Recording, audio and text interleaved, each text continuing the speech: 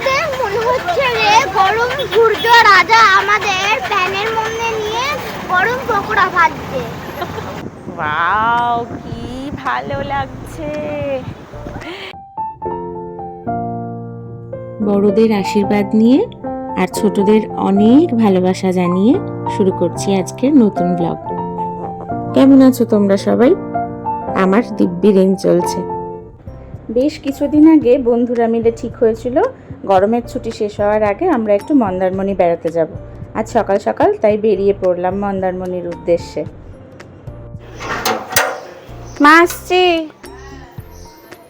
জয়নি তাই summer vacation শেষ হতে চললো, এখন যাচ্ছে। আসলে সময় হয়নি, ভোট ছিল বলে। ব্যাস, রিভু আগে চলে গেছে। ওই যে এই হলো রিভুর টোটো মামা সেন্টুদা। আমাদের টোটোয় করে সোদপুর যেতে হবে এখন। যাচ্ছি এখন মন্দারমণিতে। এটা? মন্দারমণি চোখের মণি, তাই তো? মন্দারমণির মধ্যে পাপুরাম। সমুদ্র আছে, সমুদ্র না, ওই সমুদ্রের মধ্যে আছে চোখের মণি। আর ওই মণি যে খুঁজে সকাল বেলায় এত বক বক করিস। কোথায় যাচ্ছ? ছিলাম জানুয়ারি মাসে দিন করবে, তারপরে এই বেরোনো সব বন্ধুরা মিলে মন্দারমণি। অ্যাকচুয়ালি আমরা ঠিক করবেন যাদের সাথে গেছিলাম তারা দুজন কেউই যাচ্ছে না এই ট্রিপটা। এই ট্রিপটা আবার বাকিরা যাচ্ছি আর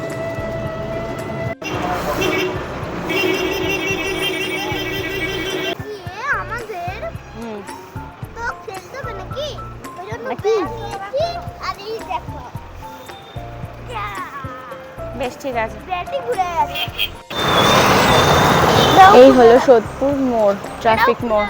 এখন বাজছে 6:45। আমাদের 6:50-এ বাস। দাঁড়িয়ে আছি, বাকিরা এখনো কেউ আসেনি। তুই তো জল নিয়েছিলে দেখলাম চ্যাম্পিয়ন বোতলে, কোথায়? কে আমার চ্যাম্পিয়নটা? কে? আমি ও বাবা, তুই সানগ্লাস পরিসনি কেন? সানগ্লাসের দরকার নেই আমার। ঠিক আছে। বন্ধুদের জন্য ওয়েট করছি এখানে। ওরা আসছে, টোটোতেই রয়েছে।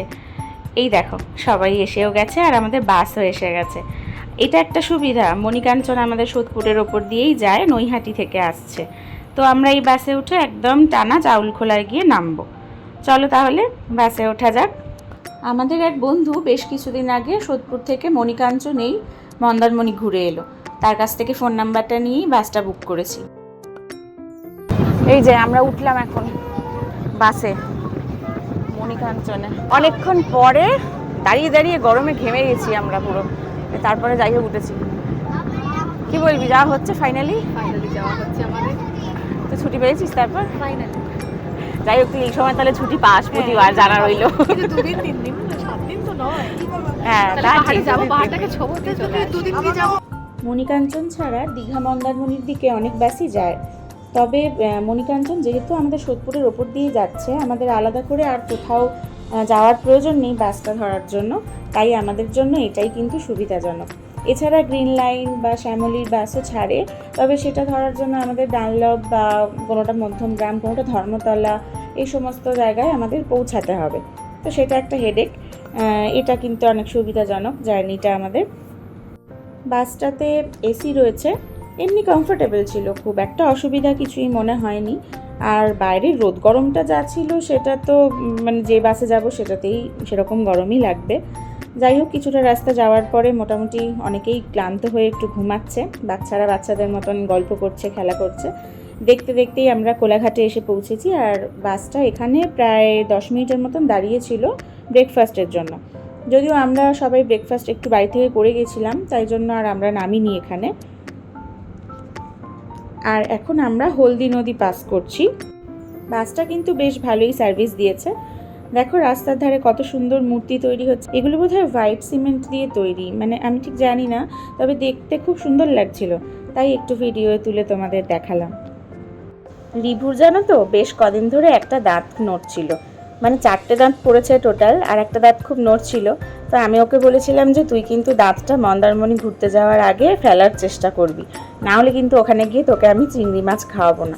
ও কিন্তু চিংড়ি মাছ খেতে খুব ভালোবাসে জানো। মন্দারমণি যাওয়ার সময় দেখো বাসে দাঁতটা পড়ে গেছে, কত রক্ত বেরোচ্ছে, আর ও তার মধ্যে কত আনন্দ করছে যে ও চিংড়ি মাছ খেতে পারবে, ওর টার্গেট ফুলফিল হয়েছে, ওর দাঁত পড়ে গেছে। আমরা কাঁথি মোড় ক্রস করে এখন চাউলখোলায় এসে পৌঁছালাম। এখান থেকে গাড়ি বা টোটো সবটাই অ্যাভেলেবেল আছে, তো আমরা টোটোতেই যাব। এখান থেকে এইটুকু শুধু শুধু গাড়ির প্রয়োজনীয়তা নেই মনে হলো। তো 200 টাকা করে টোটো ভাড়া এখান থেকে রিসর্ট পর্যন্ত। এখান থেকে সোজা কিছুটা রাস্তা গিয়ে ডান দিকে বেঁকে গেলেই পরপর রিসর্টগুলি রয়েছে। চাউলখোলা স্টপেজে নেমে আমরা এখন টোটো করে যাচ্ছি হচ্ছে বম্বে বিচ রিসর্ট। আমাদের মনে হচ্ছে রে গরম সূর্য রাজা আমাদের প্যানের মধ্যে নিয়ে গরম পকোড়া ভাজছে। গরম পকোড়া ভাজা হচ্ছে আমরা এসি বাস থেকে নেমে। এই গরম সত্যি। এখান থেকে রিসর্ট অবধি টোটোয় 200 টাকা ভাড়া। একটা টোটোয় লাগেজ নিয়ে মোটামুটি 5-6 জন ঢুকে গেছে। 6 জন ধরেছে মোটামুটি। আমার দাঁত পড়ে গেছে বাসে, দেখেছো? বাসের রিপোর্ট দাঁত পড়ে গেছে, অনেক রক্ত বেরিয়েছে, তাই না? সোদপুর থেকে মন্দারমণি পৌঁছাতে আমাদের টাইম লেগেছে টোটাল 4.5 ঘন্টা। বাস থেকে নেমে টোটোতে আমরা গেছি রিসর্ট পর্যন্ত, আরও 20 থেকে 25 মিনিট মতন সময় লেগেছে। তো জায়গাটা কিন্তু খুব সুন্দর, যাচ্ছি একটা গ্রাম্য পরিবেশের মধ্যে দিয়ে। রিভুকে দেখাতে দেখাতে যাচ্ছিলাম যে ভিলেজ কেমন হয়। ও তো ভিলেজ পড়েছে বইতে, ভিলেজ ওয়ার্ডটার সাথেও পরিচিত, কিন্তু কোনোদিনও গ্রাম দেখেনি। এখানে একটা গ্রাম্য পরিবেশ রয়েছে, জমি রয়েছে, মাটির বাড়ি রয়েছে, এখানে অনেক ভেড়ি রয়েছে মাছের, দূরে কত রকমের গাছ রয়েছে। রিভুকে সেগুলোই দেখাতে দেখাতে যাচ্ছিলাম যে শহর আর গ্রামের মধ্যে একটা বিস্তর পার্থক্য রয়েছে। এখন বাজছে ঠিক দুপুর 12টা। আমরা বম্বে বিচ রিসর্টে ঢুকছি। অনেকটা জায়গা জুড়ে রিসর্টটা, মানে এই যে জায়গাটা দিয়ে এখন ঢুকছি, এখান থেকে বেশ কিছুটা গিয়ে একটা পার্ট শেষ হচ্ছে। এই যে যেখান দিয়ে আমরা যাচ্ছি এটাও বম্বে বিচ রিসর্টেরই অন্তর্গত অংশ। এখানে কিছুটা ফাঁকা জায়গা, তারপর কিছু কটেজ আছে। এই যে এই রাস্তাটার আগে যে অংশটা ক্রস করে আসলাম সেটাও বম্বে বিচ রিসর্টের অংশ ছিল, এবং এটা মেন গেট যেখান থেকে রিসর্টগুলো মেনলি শুরু হচ্ছে, যেগুলো একদমই সমুদ্রের পাশে। অবশেষে আমরা পৌঁছে গেছি মন্দারমণি বম্বে বিচ রিসর্ট। রিসর্টটা তো এতদিন ভিডিওতে দেখেছি, দেখে যতটা সুন্দর লেগেছে সামনে থেকে কিন্তু আরও সুন্দর লাগছে। এটার লোকেশনটা কিন্তু সত্যিই সুন্দর, একদম সমুদ্রের ধারে, আর সমুদ্রের আওয়াজ শোনা যাচ্ছে এখান থেকেই। ফাইনালি কতদিন ধরে মানে সামার ভ্যাকেশন কবে আসবো ভাবছিলাম, ফাইনালি এসে গেছি। গরমকালে কিন্তু কোনো রিসর্টে ঘুরতে গেলে সবার আগে যেটা ইচ্ছে হয় সেটা হচ্ছে যেন একটা সুইমিং পুল থাকে।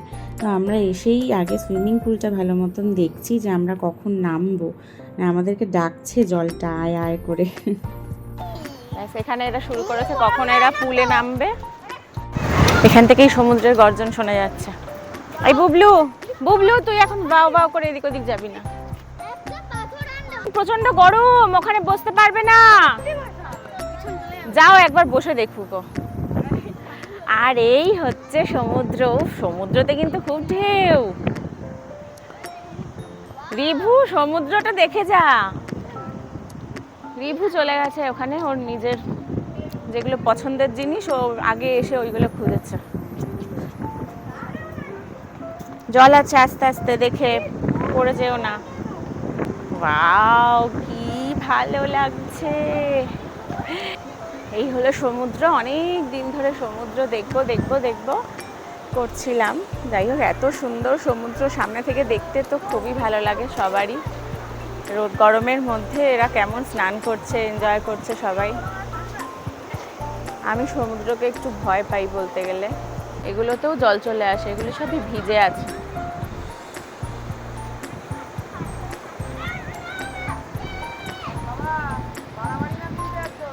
নো বাড়াবাড়ি, তাহলে আর বাকি রাতগুলোও পড়ে যাবে খুশি খেয়ে। এই হচ্ছে ফুল রিসর্টটা। পুরো রিসর্ট ভিউটা কিন্তু সত্যি খুব সুন্দর, আর লোকেশনটা সত্যি মারাত্মক, খুব ভালো লাগছে এতটা কাছে সমুদ্রের। আমরা রোদের মধ্যে নাকি বেরোতে পারছিলাম না নিজের জায়গায়, বাড়ির কাছে, আর এখানে দেখ রোদের মধ্যে ঘুরে ঘুরে সমুদ্র দেখছি। সমুদ্রের পাড়ে দাঁড়িয়ে পুরো রিসর্টটার একটা ভিউ দিচ্ছি। রিসর্টটা কিন্তু অনেকটা জায়গা জুড়েই, আর এই যে পার্টটা, এটা কিন্তু একটা বেস্ট পার্ট। মানে সন্ধ্যের পর থেকে এই জায়গাটায় বসে থাকলে জাস্ট হাওয়ায় উড়িয়ে নিয়ে যাবে। মানে দেখে মনেই হচ্ছে যে এখানে সন্ধ্যের সময় বসে থেকে সময়টা পুরো কেটে যাবে ভীষণ ভালোভাবে। রিসেপশনে সমস্ত ফর্মালিটিস কমপ্লিট করে আমরা ঘরে আসলাম। চলো তোমাদের ঘরের একটা ছোট্ট রিভিউ দিয়ে দিই। এই রিসর্টে বিভিন্ন রকমের রুম অ্যাভেলেবেল আছে। আমরা যে রুমগুলো নিয়েছি সেগুলো রিসর্টের গ্রাউন্ড ফ্লোরে রয়েছে, তবে এটা একদম সেকেন্ড পার্টটায়, মানে যেটা সমুদ্রের একদমই কাছে, সেই পার্টটাতেই আমরা রুম নিয়েছি। আমাদের রুম ফেয়ার পড়েছে 3,500 টাকা করে। আমাদের ওপরে মানে ফার্স্ট ফ্লোরে যে রুমগুলো রয়েছে এগুলো আরও 300-400 টাকা বেশি, যেহেতু ওগুলো থেকে একটা সি ভিউ পাওয়া যায়, সেই জন্য ওগুলোর রুম ফেয়ারটা একটু বেশি।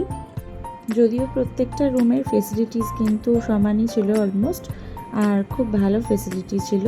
তোমরা দেখতেই পাচ্ছ সব কিছুটাই মোটামুটি ঘরের রয়েছে যা কিছু প্রয়োজন। মিল্ক পাউডার, টি ব্যাগ, কফি, 2টো নেসকাফির পাউচ আছে, আর সুগার আছে। এখানে 2টো গ্লাস, 2টো কাপ, স্পুন, এখানে টি কেটল আছে, আর এখানে হচ্ছে একটা ড্রেসিং টেবিল আছে, যে ড্রেসিং টেবিলটার ওপরটায় সুন্দর একটা স্পটলাইট আছে। বেশ বড় একটা ওয়ার্ড্রোবও রয়েছে, যেটার মধ্যে প্রয়োজনীয় জামা কাপড় সমস্ত কিছু গুছিয়ে রাখা যেতেই পারে, অনেকটা স্পেস আছে। আর একদম নিচে একটা এক্সট্রা ব্ল্যাঙ্কেট আর একটা এক্সট্রা পিলো রাখা রয়েছে, যদি কারোর প্রয়োজন হয় সেখান থেকেই নিয়ে নিতে পারে। তাহলে মোটামুটি রুমটাতে AC, fan, double bed, TV, একটা মিনি ফ্রিজও ছিল, ব্রাশ, পেস্ট, শ্যাম্পু, আর মানে প্রয়োজনীয় সব কিছুই মোটামুটি ছিল। কোনো অসুবিধা বলে মনে হয়নি আমাদের 2 রাত্রি থেকে। এখন তোমাদের ওয়াশরুমটাও দেখিয়ে দিই। ওয়াশরুমটাও কিন্তু একদমই নিট অ্যান্ড ক্লিন রয়েছে, আর এখানেও জলের ব্যবস্থা খুব ভালো মতোই ছিল, কোনো রকম প্রবলেম ফেস করতে হয়নি আমাদের। এছাড়া যে কটেজগুলোর কথা বললাম, সেই কটেজগুলো সমুদ্র থেকে বেশ কিছুটা দূরে, কিন্তু ওগুলোর রুমগুলো অনেকটা বেশি বড় এবং ওটার ব্যালকনিটা বড়, তো ওগুলোতে ভাড়াটা আরেকটু বেশি, মানে 4,500 টাকার কাছাকাছি ওই রুমগুলোর ভাড়া।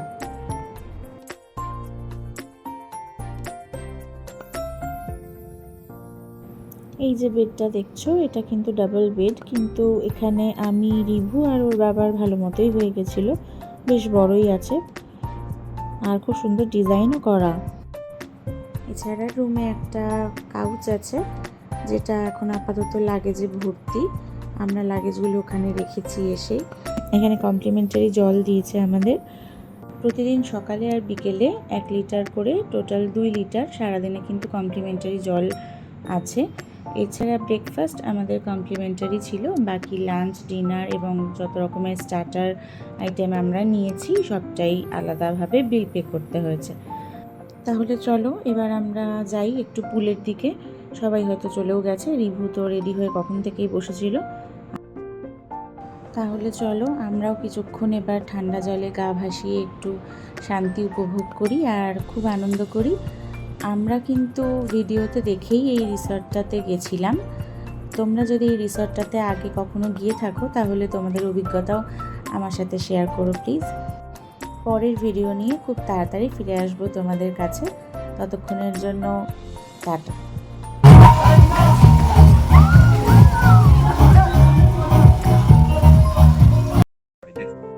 তাহলে ভিডিওটা এখানেই শেষ করলাম। দেখা হচ্ছে আবার একটা অন্য ভিডিওতে। সবাই ভালো থেকো আর প্লিজ প্লিজ প্লিজ আমার পাশে থেকো।